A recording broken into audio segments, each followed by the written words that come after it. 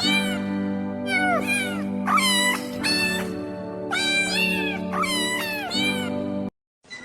kitty, kitty, kitty. Pause. Hello, everyone. I'm Allison, and welcome to an exclusive My Weekly Meltdown interview with the queen herself, the one and only Kim Mattina from Deal or No Deal Island. Thank you. Thank you guys so much for having me on. Really, thank you so much. You know I love y'all. Kim. Well, with me as always is Tyler and Jackie, and Andrew will be joining us shortly. I just want to say, Kim. Yes. How epic of a badass does one woman have to be where Boston Rob needed a shield to protect himself from you? When does that ever happen? It never happens. Rob never has. Rob just surrounds himself. He doesn't have a shield. And yeah, Rob had to have a shield. And look, I love Rob. I love Rob. He's great. But it was just funny how you just scared the bejesus out of him. I couldn't believe it. I was just like, wow. Kim, I mean, I've known Kim, we've known each other around 8 years from the sequester days. Yeah, 8-9 years. Yeah, and you you're just a master at what you do. So from where I was sitting and the rest of us in this group, what you were doing was not too much of a shock. I was like, she's going to come in there guns blazing and she's going to own her shit and she's not going to care. And you didn't cry. You didn't let them see you sweat. None of it. And well, wait. I did cry. Okay, but it was 2 tears, right? I think there might have been 4 when I was talking to Alyssa. Yeah. Right. Okay. I'm sorry. We got to give credit due. Welcome, Andrew. Hey, Andrew. But just kind of run us through. I have a question to start for Kim. Okay. Because I have to know. Inquiring minds have to know. Oh, Jesus. You said God, was hot, but as a host of My Weekly Meltdown, you also think that I am very hot and attractive also, correct? Absolutely. I've got you right there with Joe. Tyler, you also. I've got the 2 of you on pedestal with Joe. I've never smelled Tyler, but I have smelled Andrew and I have smelled Joe, and it's all good. It's all good. I bet Joe smells amazing. I bet Joe does smell amazing. Smells like just manliness, and just I'm going to climb that like a tree. Just. God, I'm glad I never said that. I'm sorry. I kind of got away from myself there for a minute because I was like, Kim, can you I have one question. Just like, what does Joe smell like? Just tell me. I died when you asked me that. It's like, just tell me, Kim, what does he smell like? Right. Did we lose Jackie for a second? Jackie. She'll be back. Maybe Jackie's internet went out or something. Yeah. But Kim, can you I want to start from the very beginning, right? Like, I want your first impressions of when you get to the island, when you see the cast, when you see Boston Rob, walk us through all of that stuff, because I'm sure your mind was going a mile a minute with all of these twists and rules thrown at you, and then Boston Rob shows up. Tell me the story of the first few moments on the island. Oh gosh. Well, first of all, I saw Rob at the airport. And oh, really? Oh, yeah. Yeah, I wonder where he's going. Also saw Claudia at the airport. And I'm like, this is not a coincidence. And I asked the producer that was there with us, and I was like, please tell me he's here to host a competition, something like that. And in true production fashion, with no answers, now, Kim, we can't tell you anything like that. And I was like, shit. So I knew anything I had thought of coming into Deal or No Deal Island was out the window the second I saw Rob, because it's like, oh, I'm going to play low. I'm just going to be, I'm going to be one of the girls. I'm going to try my hardest, but I'm going to be there for everybody else. And then I see Rob and I'm like, fuck, I've got to play. So, yeah, that was gone real soon. Everybody else, though, when we got to, we didn't get to meet each other until we were in the Jeeps going to Joe for that initial meeting. That scene, that's the first time we talked to each other or were allowed to in the Jeeps. It's the first time we saw Joe, was literally as we're walking up the beach towards the setup that they had there. And Were there harps playing? Yeah, I think that there were like cartoon emojis going, but, and, there were people I made eye contact with that I either knew I'm going to work with this person or I'm not going to be able to work with this person. Like if they shifted eyes and stuff like that. Immediately Dawson was the first one that connected with by visually. And then later, as we talked, loved him. And it's like, okay, I like Dawson a lot. This is someone that I can work with and hopefully trust. Stephanie and I made great contact after we started the first challenge. She is amazing. I think those were the main first two. Surprisingly, Miranda. Okay, so I did not know that Miranda was a part of the cast when I initially saw her, but we had just traveled in and she's like, oh, you're wearing linen. That's so comfortable for travel. It's like, okay, we'll see what happens here.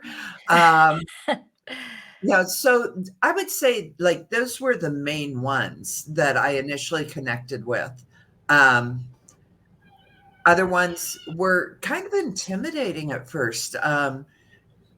Nick, the size of Nick, Nick is big. That's a stout man right there. Yeah, he's big and he's strong and he's running, and it's like, oh, okay, well, I've got to try and maybe connect with him because hopefully maybe he can help protect me a little bit. Oh, heck yeah. Yeah, so those were the main ones that I initially connected with. That's not necessarily how things progressed, but that was my initial impressions. Yeah. And then I guess like on the flip side, like go ahead, Andrew.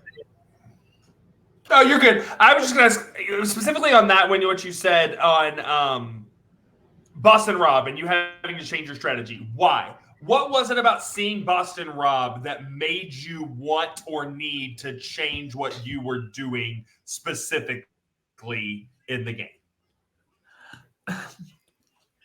Because if it had been somebody else from Survivor, I may not have had to jump the track on my train of thought. Knowing how he plays, though, and his strategies and how he insulates himself with people to do his dirty work, to say his words, to do his bidding. And I'm not... I try hard, but I am not a yes man in most cases. I will tell you. And so I knew that I had to do one of two things. I had to either suck up to Rob and pretend like I don't know anything. Reality shows, those are for the kids kind of thing. No. Or I can admit I know who Rob is, but not elaborate on that at all. So that one was my path. That's what I thought I would do. And then my third option is spill the beans, have total word vomit and let everybody know. I didn't do that. How'd that work out for you, Kim? Just, I did not do that. I did not word vomit to everybody. I word vomited to Branson, and that was it. oh, Branson, bless the Branson Lord. proceeded to projectile puke to everybody what I had told him about Rob. Yeah. And then I would consider a big error when I was like, Branson's like, oh yeah, he's played Survivor like 5 times in case you guys didn't know. And I thought I was saying it under my breath, but I wasn't, when I was like, he's won Survivor. It's like, okay. It's like he kept it going. It's like you would say something and he would, okay, you know what, Branson? Yeah, we know. Shut up. Yeah. So, like I said, I thought I was saying it under my breath or quietly or in my head. No, I wasn't. I was actually saying it out loud. So I knew I had a target on me at that point because Rob, death glare, daggers, like, shut up, Kim. And I just couldn't. You know what? I want to. Go ahead. Go ahead, Tyler. No, go ahead. Do you think that like that target that you got pretty soon after the game started, do you think that was because of Boston Rob, or do you think that people went in with a preconceived notion of you because of your age? Like we saw a lot of confessionals, like from like the very get-go of the first episode, of them judging your physical ability, even your mental ability, and I don't know. I just felt like people really wrote you off very quickly on this season, and I wonder, like, was that target like because of that, or did Boston Rob like kind of pick up on that and then further that target onto you to cement like we are the good people against the target, if that makes any sense? You know what, Rob picked up on a lot of stuff early on. So, I'm looking around, I'm observing people, I'm observing where we're at. I'm in awe of where we're at. And he read that to be Kim's looking for an idol. Kim's looking for an advantage. She knows too much about these games. I can tell by the way she's looking around that she knows these games. That was what he told me was his first impression, was that I was so observant that it made it clear to him what I would, that I might know a little bit about this. Did they write me off early in the game?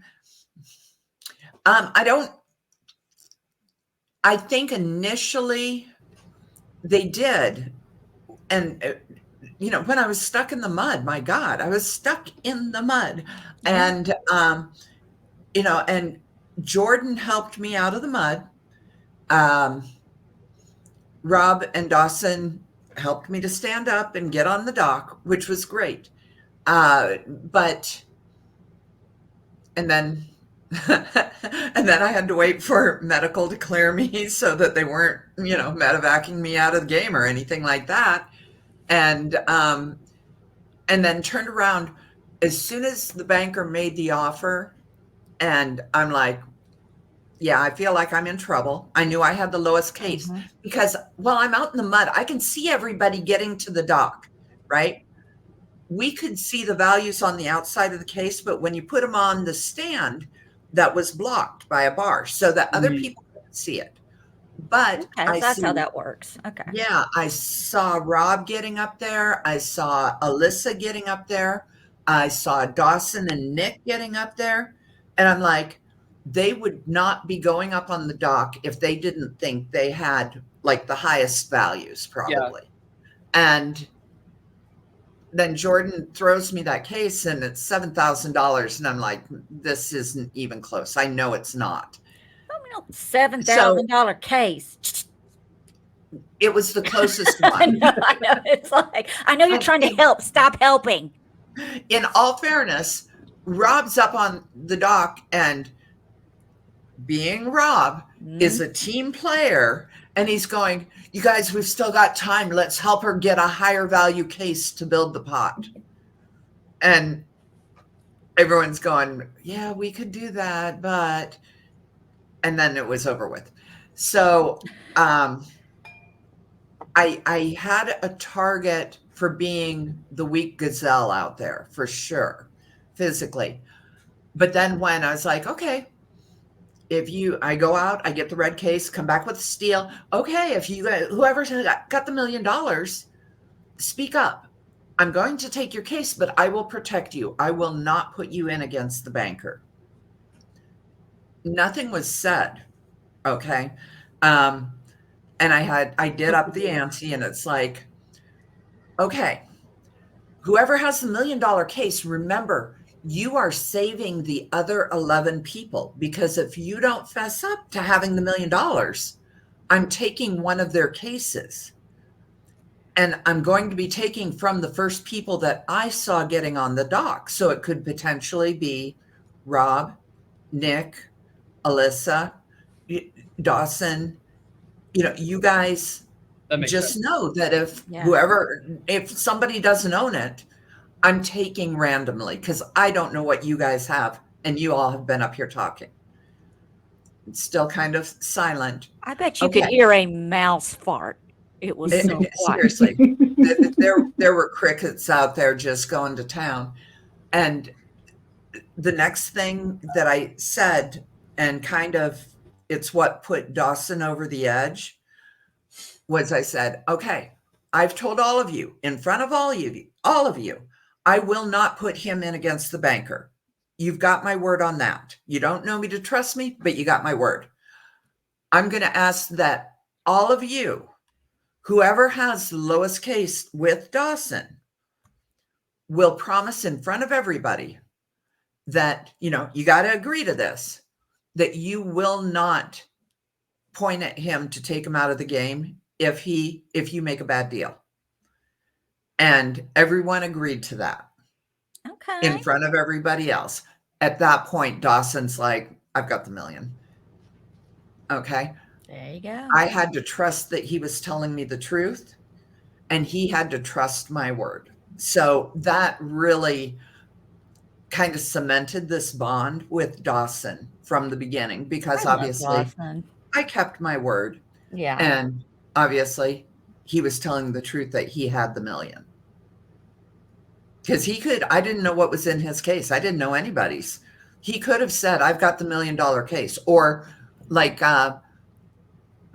Rob could have said, I've got the $1 million case, for me to steal Rob's case, flip it open, and find out it was $600,000. But Dawson owned up to it. Yeah. And that's what really got me is, like I said, I've never watched Deal or No Deal. So I didn't really know what to expect. And I'm like, I'm not going to go watch any of the old episodes. I love Howie Mandel. I'm a huge fan of his, because he and I are both like germaphobe. I get it. I feel that. But anyway, I didn't want to go back, and I wanted to just be fresh and new. So when NBC made the decision to show the first like 20 minutes of the episode, and it stopped there, Yeah. I was like, whoa. Whoa. Okay. And now I got to wait 30 gosh damn days to see what happened, because let me tell you something. Kim and Tina ain't talking. I was lucky I got what Joe Manganiello smelled like out of her. Okay, that's it. And I've known this woman for a while. But you're so classy, Kim, because if I saw Boston Rob in an airport, and Tyler can verify that I would do this, I'd be like, Rob, hey, because I literally ran. We were in New Orleans for a Survivor meetup December, and I'm a little 4'11" girl, and I'm pushing through this crowd trying to get to these people, to meet these Survivor people. And finally, I just screamed at the top of my lungs at two of the players, and they stopped and met me and had their picture taken with me. I mean, because, sometimes the littlest person's got to be the loudest. Down here, look down here. So, yeah, but you just handled it. I don't know if I would have been able to. You just did such a good job. And, like, the whole dogpiling though, Kim, when you were, and but you didn't cry and you didn't, Mm-mm. you stood Mm-mm. there and man, that is just gutsy. It's You know what gutsy. I did? I cried once, not like, I mean, it was a little bit of an ugly cry, but not horrible ugly, because I felt so horrible because Alyssa really did work hard climbing up that tree, getting Yeah. those arrows. She got that personal offer, also the $20,000, and I couldn't hit a target to save my life. And I felt horrible that we were in the bottom two. And because of that, one of the two of us is going to go in and it's going to be decided by Rob and Aaron. I knew that I would be the one going in. It was a given. But I just felt so bad about that. But then as the day progressed, I didn't feel so bad anymore. Huh? Of course not. You should not, as the day had gone on, felt bad about that at all. But I did. I really did. I felt horrible that we landed in the bottom two because of me. Of course, a little piece that was left out was that so when they announced the offer, right? The banker's offer, 3 people got that. Okay. They only show on the show Alyssa getting it. But if you look at the show, you'll see Nick is climbing up the same tree with Alyssa, right? Oh, okay. So even though she made a hush hush quiet telling Aaron, Nick saw her take the personal offer. Miranda was in the tree next to it. Miranda saw, and both of them took the personal offer. That's why the 2 of them were still out there and saw it. So Nick and Miranda both took the personal offer, and when we get back, we know who's won, we know who's lost. By the way, I don't care how much anybody loves or hates Rob, the most clutch shot ever when he hit the million. That was yeah. That's 5 years of Survivor and 2 years on The Amazing Race. The last arrow, it was the last arrow. The last arrow. And I'm like, well, of course he makes it. He's Boston Rob. He's written 88. He's Boston Rob. He's won Survivor 12 times. You think he's not going to make it with the last arrow? Come on. But they announced, so Joe announces the winners, who's in the bottom 2, and then says, I told you don't have to tell anybody if you took the personal offer, but if anybody did, you can raise your hand now. Nick and Miranda, boom, totally owned that they took that personal offer, and Alyssa did not. And then they said, now the banker's saying for this personal offer, if you want, you can split this with your partners. Because, you worked as a team, you win as a team, you lose as a team. So you can split this with your partner. Nick and Miranda both split it. So they took $10,000 and gave $10,000 to their partners. Alyssa did not split it. Johnny Bananas. Not only did she not own it, but obviously because she doesn't say she has it, she's not going to split it. So, and I find out a lot of this. I knew she had the personal offer. I just knew she did. And I would have been okay with her not splitting it because I literally am going, you did this. You would deserve this. I'm okay with this. But when I had to go against the banker, she was on the short list. I was actually considering taking out my own partner for that. But I was team girls. I'm for the women. Oh, Kim, come on. When has that ever worked in the I know. #girl power? But because of the format of the game, and so it really did come down to Jamil, who, when I told him, we're talking away, we're talking strategy, we're talking personal, the whole 9 yards.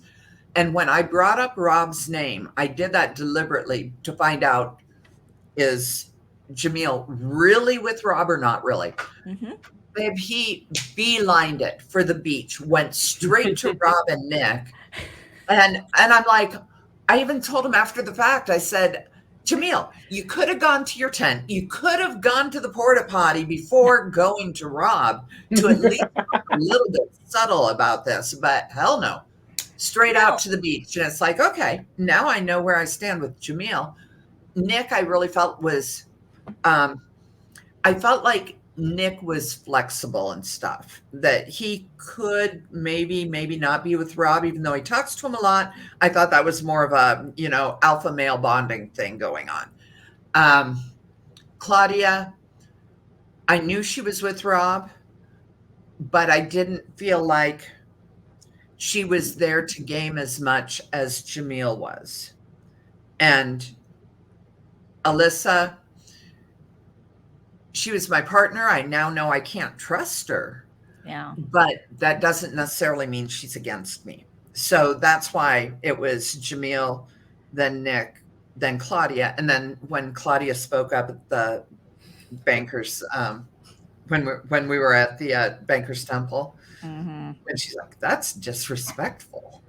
It's like, girl, just because I couldn't believe that when I said, and I said it nicely.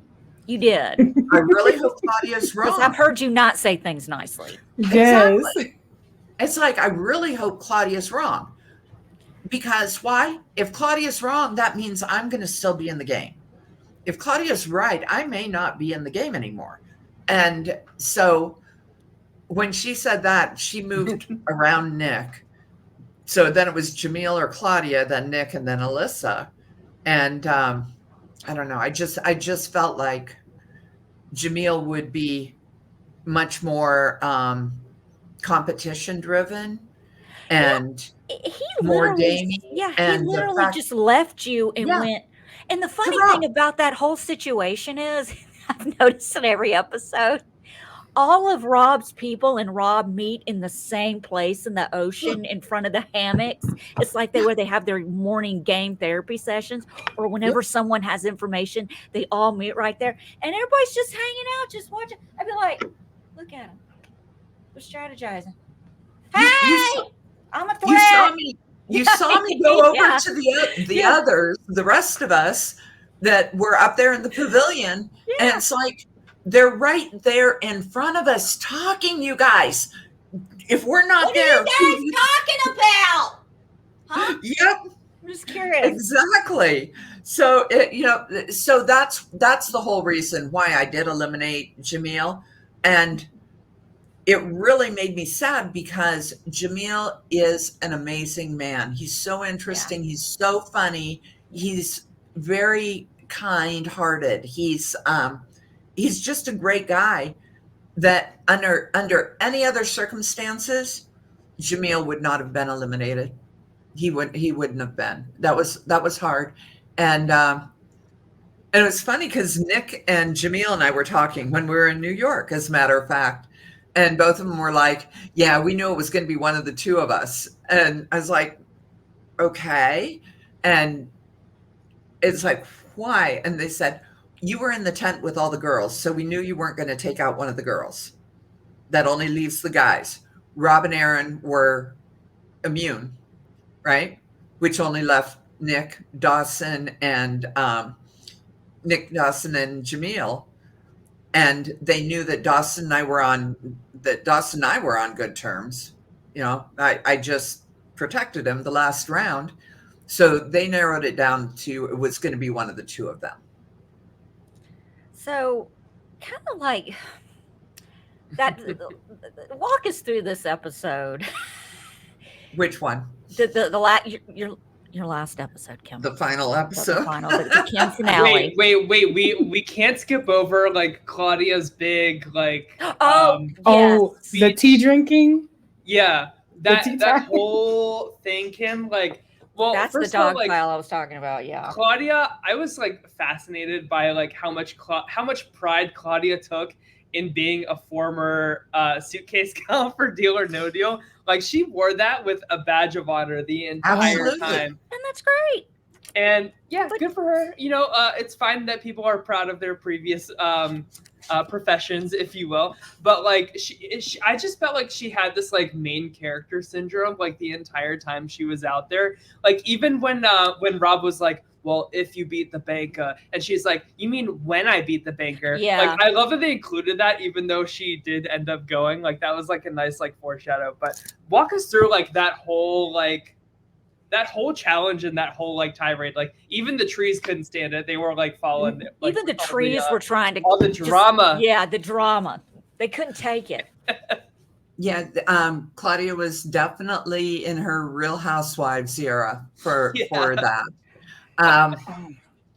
Okay, so that was actually the second time that they came at me. Okay, the night before, after the Banker's Temple, when Rob is sitting there saying, you know, I thought that was kind of aggressive, and he's clutching his pearls like it's the first time anybody critiqued him, or, you know, and God forbid, you know, that he's never said anything like that. Okay. Yeah. So we're all sitting there in the pavilion, and Rob and Claudia came at me hard. Okay. They really did. And they didn't show any of this. They're like, that was so selfish. Nobody should be taken out of this game just because of what they've done previously and any successes. And you're just jealous. And I mean, they did. They went off on me pretty hard. And I sat there and I'm like, you know, I denied what I could, and I owned what I could, and I sat there and was kind of dumbfounded by it. It's like, what did I do that is causing this other than eliminating Jamil? You know what's also dumbfounding, Kim, is the fact that these people who act like they're made out of Teflon get so upset because you referred to them as fuckers. And they're so insulted by that. And I'm like, so you guys are acting like that's the worst name you've ever been called? Come on. Really? Okay. So they go off on me, and it was definitely a group mentality, gang mentality, whatever you want to call it. And then everyone goes off to bed and stuff. Alyssa is sick. And I stayed up with her all night long. At that time, when you see me talking to her and I call them fuckers, I stayed up with her all night, right? The next morning, the next day is when she went to Rob and was like, I'm just not comfortable with this. And Kim called you motherfuckers. Oh, it was a motherfucker. Oh. Okay. This tea. Breaking news, everyone. Breaking news. She elaborated. I said fuckers. She made it into motherfuckers for Rob and the people that were sitting around. So now it's got this narrative of, oh, Kim's such a mean person. Why would she do that? And then she goes over and tells Claudia and the people sitting around over there. And again, says motherfuckers. So when I'm confronted by them, and it's like, oh, we heard that, you know, you called us motherfuckers, and don't lie. And I'm looking around going, I don't think that's what I said. I didn't call you guys motherfuckers. But, you know, if Alyssa says that, okay, I'll own it, because it sounds like something I would say or I could say, but I didn't say. But okay, fine, whatever. And yeah, so Claudia's going off about all this stuff. Part of it, I think, was frustration that Jamil was gone, because she and Jamil were pretty tight. Yeah. Part of it was the elaborated version of what I said. Just a little bit of everything. There were, you know, she was just frustrated, and she's screaming. As you can tell from the look on my face, my little bag of fucks from Target, it was empty. Yeah. There ain't nothing Jackie knows this. It's like, go to aisle 17 and go buy yourself some new fucks, because I'm out. And sold out. I did not cry up there. I didn't talk back when she's like, what have you got to say? And I was like, I don't have anything to say to you, which was the best thing I could have done, because That's what my therapist would tell me to say. let me tell you, if I had clapped back, Claudia would have gone off and made me look like the bad person for yelling at her. Yeah. And but by saying nothing at all, she was so frustrated. She wanted a fight. Oh, that's the best.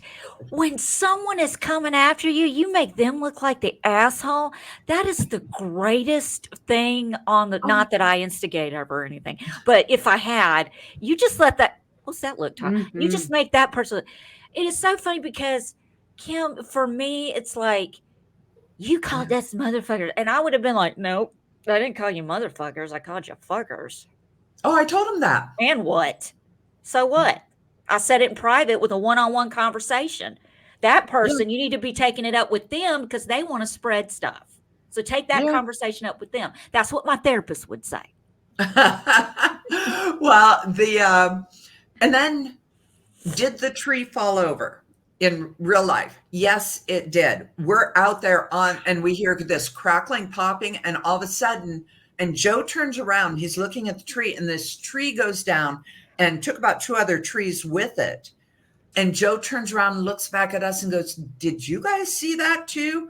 And we were all really hoping that there was camera on it at some point. And there was, but the edit really, props to production, because they put that edit right where it needed to be as we waited to make sure that our tree was still safe and stuff like that. But yeah, so that's the highs and lows of it. In the meantime, she, again, remember, she is doing Rob's dirty work. Rob's not going to yell at me like that, because then it makes Rob look bad.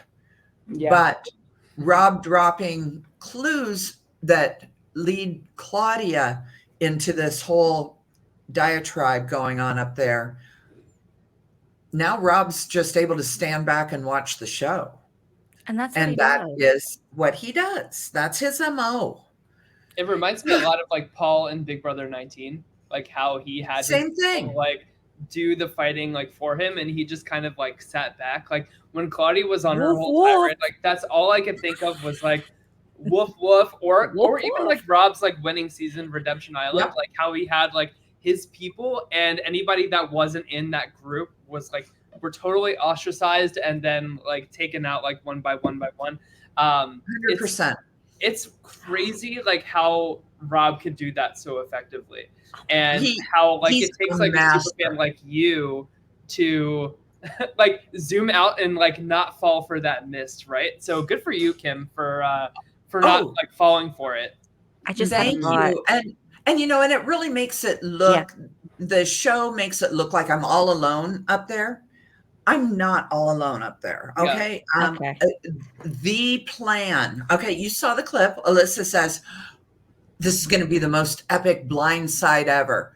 Girl, I would have to not know about it for it to be a blindside. Look up what blindside means, bitch. Sorry. I knew about the plan. I knew when Stephanie took the case, right? And so puts Claudia in the bottom 2, right? She really wanted to take Rob's. She really did, because it gave her immunity, but she was concerned about, maybe having a target on her back for doing that. And so she decided to take Claudia up on her offer, take Claudia's case. That puts Claudia in the bottom 2 with me, right? And then darn it anyway, Aaron gets 45,000. Now I'm no longer in the bottom 2. I knew this whole plan, because the whole beginning of the plan was that if they wanted Stephanie to steal my case, right? To put herself in the bottom 2 with the intention of Rob saying Kim will play against the banker again. Okay.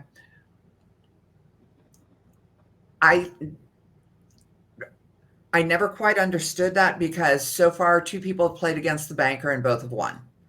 The odds are pretty good. Whoever plays against the banker is going to win, right? And take out somebody. Well, don't ask Claudia that question. Don't ask Claudia that question. I will win against the bank. I'm gonna win. So it's like, okay, whatever. Stephanie thought that was the dumbest thing ever. She's like, why would I take that and put myself in the bottom 2? That makes no sense. So with that being the original plan, Alyssa and Aaron were going to not swing and take zeros, right? That was the original plan. When Stephanie took Claudia's case, that's when Aaron and Alyssa went, okay, now we've got to play because we need to keep Kim in the bottom 2. Yeah. And then Aaron got the 45, which took me out of the bottom 2. But yeah, it was, oh my God, it was such a mess. And we were like an hour and a half away from camp out in the jungle for that. That car ride back. An hour and 15 minutes or so. What a fun ride back to camp that was. Oh, I can imagine. I'd love it. Guys, especially because we can't talk. Oh. Okay? But you can grunt and roll your eyes. They're not filming us. We're mic'd so they can hear if we talk. Yeah. Okay. But they're not filming us. Therefore, they don't want anything to happen in that time frame that could affect the game. Right. So sorry, can't talk, guys. And oh my God, what an uncomfortable ride that was. And I'm just sitting there, and Claudia's in the seat right over here by me too. Yeah, it was bad. Rob and Nick were sitting in the row behind me. Oh God, I would have loved to have been the driver. I would have just Stephanie gets car sick. She's sitting up at the front. It's like, oh my God, this is the worst. But if you go back and look at it, look at the people who are clapping, okay?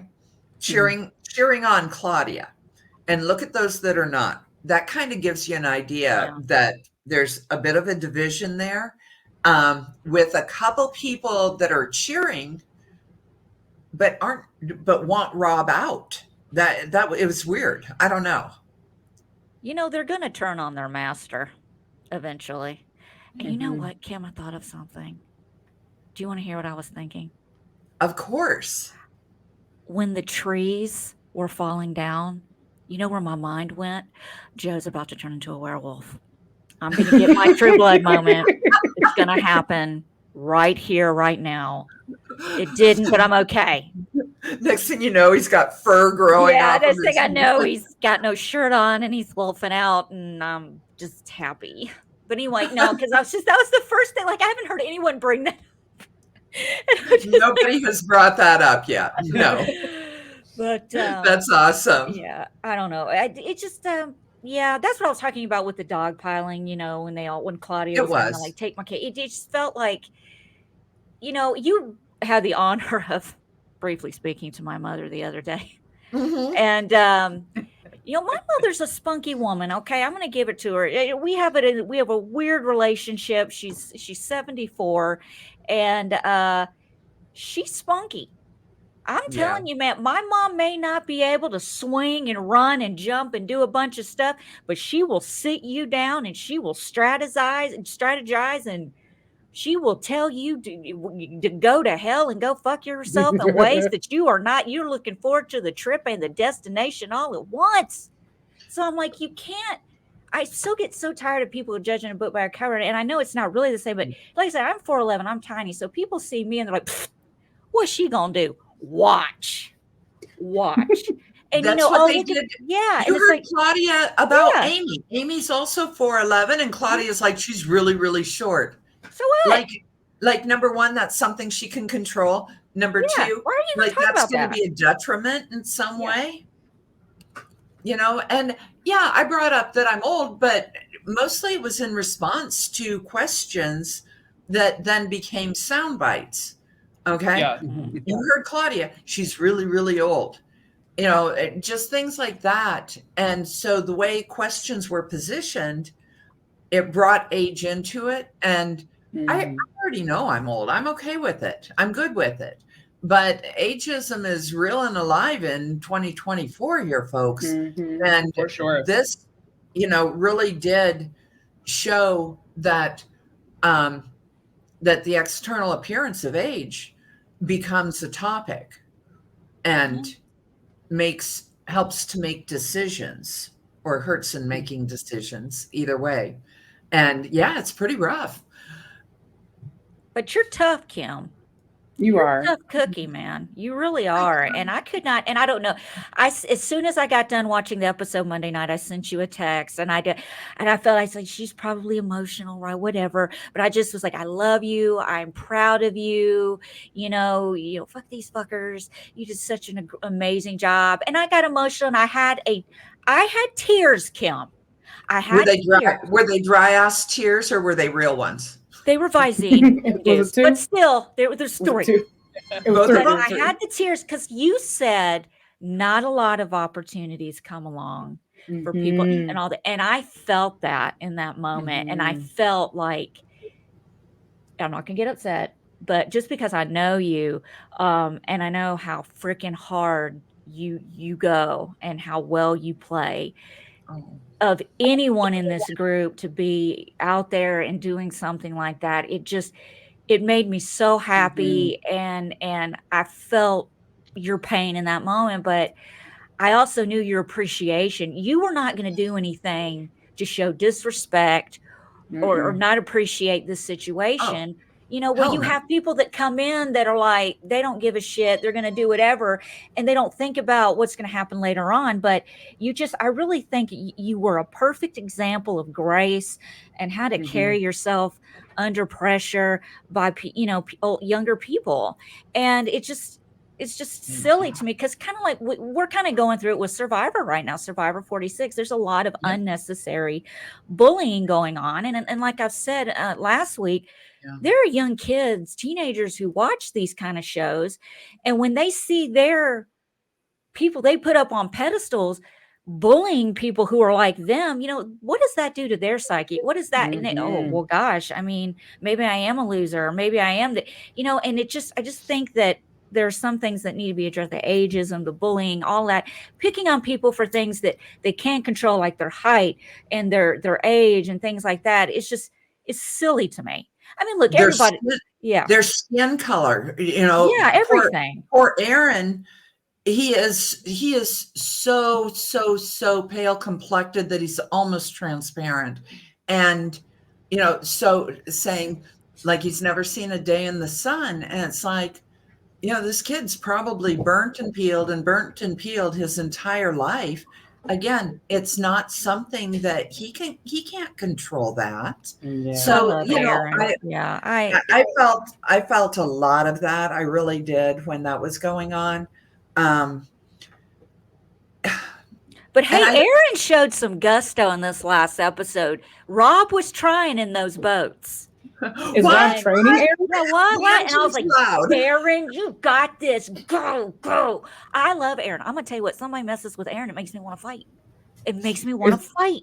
Is Rob pruning Aaron? Like he's trying. I'm sorry, is he what? Is he like pruning Aaron, like preparing Aaron? No, I don't think so, because you hear Rob's confessionals, and you can tell that Rob is using him to some degree. Again, remember Rob's MO: surround yourself with people you can control, and then control the game, right? So the people he felt from the beginning he could control, Aaron, right? Who's looking at him as a father figure, who, Rob cuffing up his sleeves for him in the last episode. Oh my God. Look at Alyssa and Aaron, the little touches on the shoulder, rubbing his back for his anxiety while we're up there on the platform. whenever she's sitting next to him, she's got her hand on his leg.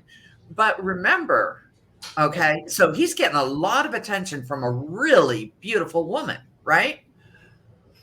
But remember, she just told Nick in the last episode that she's gay. Yeah. Okay. So I didn't like seeing that because I really thought that it was using her, you know, her womanly ways, her sexy being, Yeah. you know, to Mhm. give Aaron attention, and Aaron's going to be like a puppy dog and follow her anywhere. And we're already seeing that happen. If I were on the So- show and Nick were doing that to me, I'd be so upset. Yeah. I have so much anxiety, Nick. Can you rub my shoulders, please? Please. Yeah, please. You But know, yeah, and Kim, sorry, go ahead, Kim. no, I was just going to say, so a lot of these things I said in the very first episode that everybody does stuff for a reason, right? Whether it's manipulating the game, manipulating a person, getting your ideas out there. And that is one example of it, is right there. All those being there for him and giving him the attention is definitely giving herself an ally, you know? Yeah, but Aaron's got a girlfriend, he said. He does have a He girlfriend. may not be thinking that affection is that way. I don't know. No, he does have a girlfriend. Yeah, they live together, so. Oh, I love Aaron. So I know we have only a few minutes left, so I want to cut to your elimination, Kim. I know how hard you play these games, and I know how much like passion is behind it. I do. Can't help, I'm so I passionate. can't help but feel that like I wish if you had to go out on the show, I wish that it was at your own hand, like losing to the banker, Mhm. instead of Rob saying, "Kim, you got the best of me. You got to go." Is that how you felt in that moment? Where you like, I wish I could have just like lost to the banker and gone out on my own terms? I would have preferred either me playing against the banker, as you said, and going out on my own terms, or Dawson had offered himself up to play against the banker.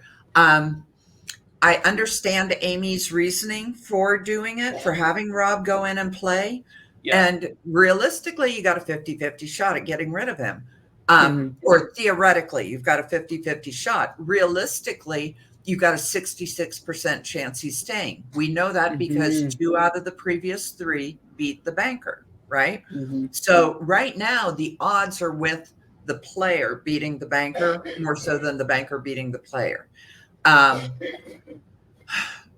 So yeah, I would have preferred it. She kept telling me, Kim, you're safe. You're going to be safe. Don't worry about it. You're going to be safe. Obviously, I wasn't. And yeah, I would have preferred to have made a bad deal and left the game than, and would I have taken out Rob? Duh. Absolutely 100% I would have. But dang, watching it as a viewer, I'm loving the Kim Rob rivalry going on here. I need Yes, you it two to was go on so the good. Amazing Race Yeah. together Oh my God, immediately. who's going to win this? Who's going to win this battle? Yeah. And, is it the experienced Boston Rob? Is it the first time player, Kim Mattina? Who knows? Tune in next time. I wish that would have continued. And honestly, I was not bitter about Rob taking me out because I knew that was going to happen. I was very sad to be leaving the camp, to be leaving the experience. Benny, you need to get down. Hi, Benny. To be leaving the camp, leaving the experience, the end of the opportunity, everything, because really the entire time there, I was just absorbing everything because probably my only show that I'll be on. So I was taking it all in, every single bit of it.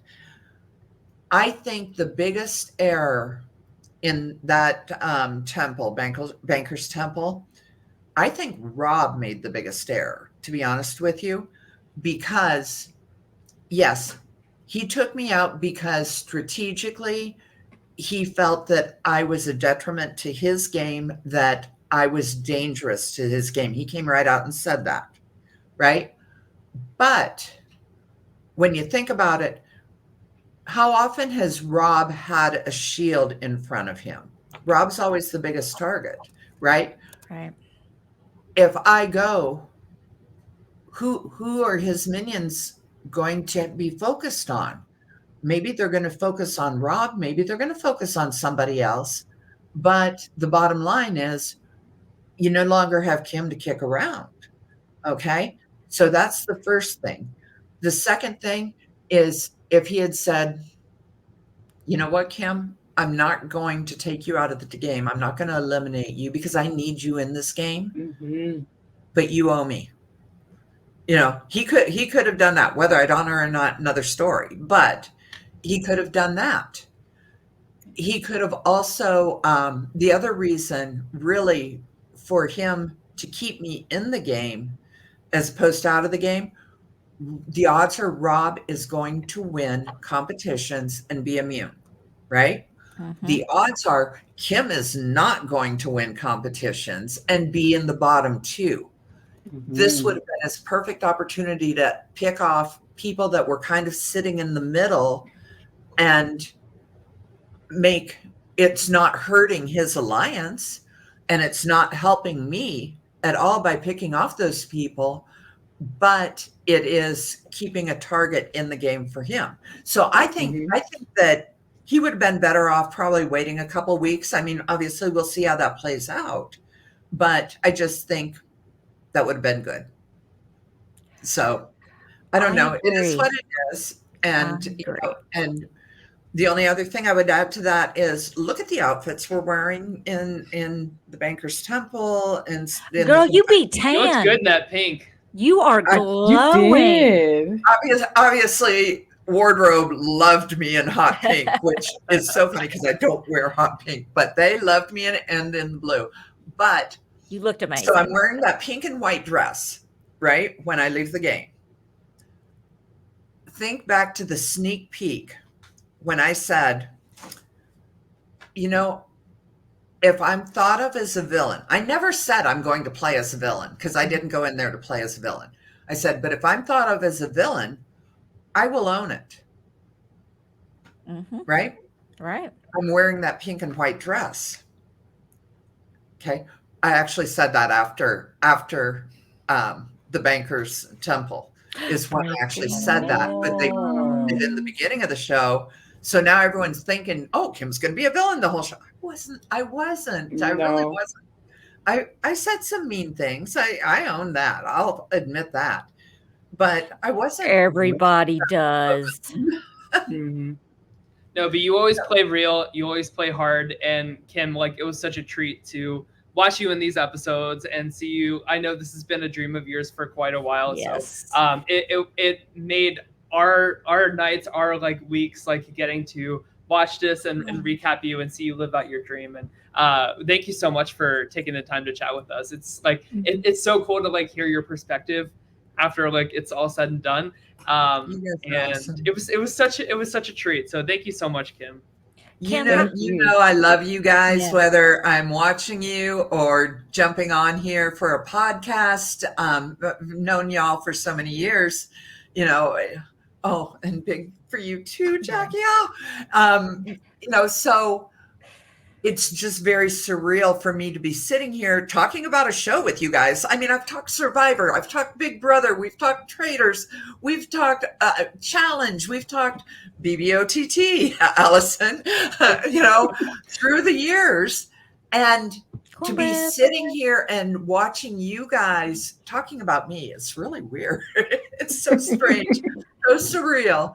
And I appreciate so much the support and the encouragement and the fact that you guys aren't afraid to call me on my shit when I've done something questionable.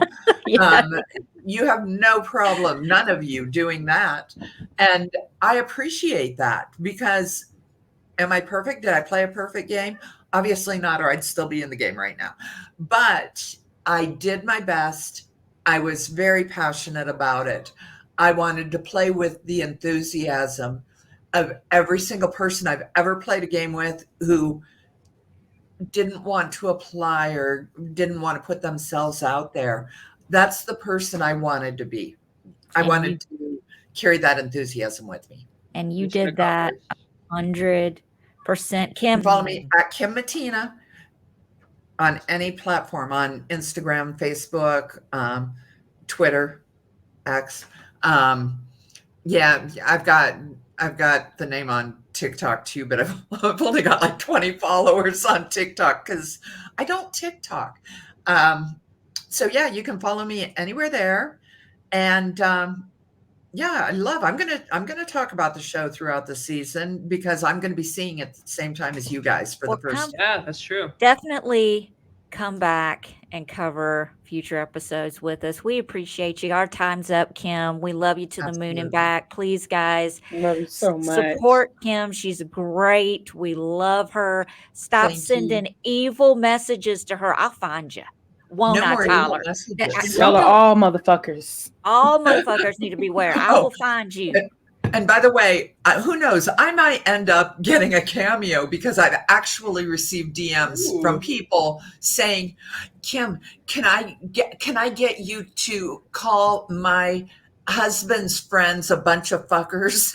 Yes. This is your Someone- legacy. This is your legacy. Trademark. And Trademark. for Trademark. $75 Makes me laugh. more, you'll throw a mother on front of that I'll fucker. throw a mother in front of it for an extra $5. Yes. That's your TikTok. That's your first TikTok. That's your first a bunch TikTok. of fuckers. You bunch of fuckers. Hey, and speaking of you bunch of fuckers, please subscribe to My Weekly Meltdown on YouTube. You get notifications when we go live. We're also on Spotify and Apple iTunes. Apple Podcasts. Apple Yes. Podcasts, and become a patron at patreon.com/myweeklymeltdown. Thank you iTunes. so Gosh, Do- Allison. Push, Do I what? push the button, subscribe. Subscribe. To push Apple the- iTunes. Gosh. I don't know. Allison. Look, I'm 40-7. Okay, I'll tell you right now. I got issues too. I don't know everything. Apparently, I'm not supposed to tell anybody they're dripping anymore. My son has forbidden me from going. Don't ever say that guy's dripping. Don't say that. Please, no. Wait, what So- did you say? I said that guy's dripping. Look at his Don't. look at his big old drip. And my son was like, "That's it. No, Don't ever say that. don't No, cross the Allison. streams with drip. Stop it." Okay. Okay.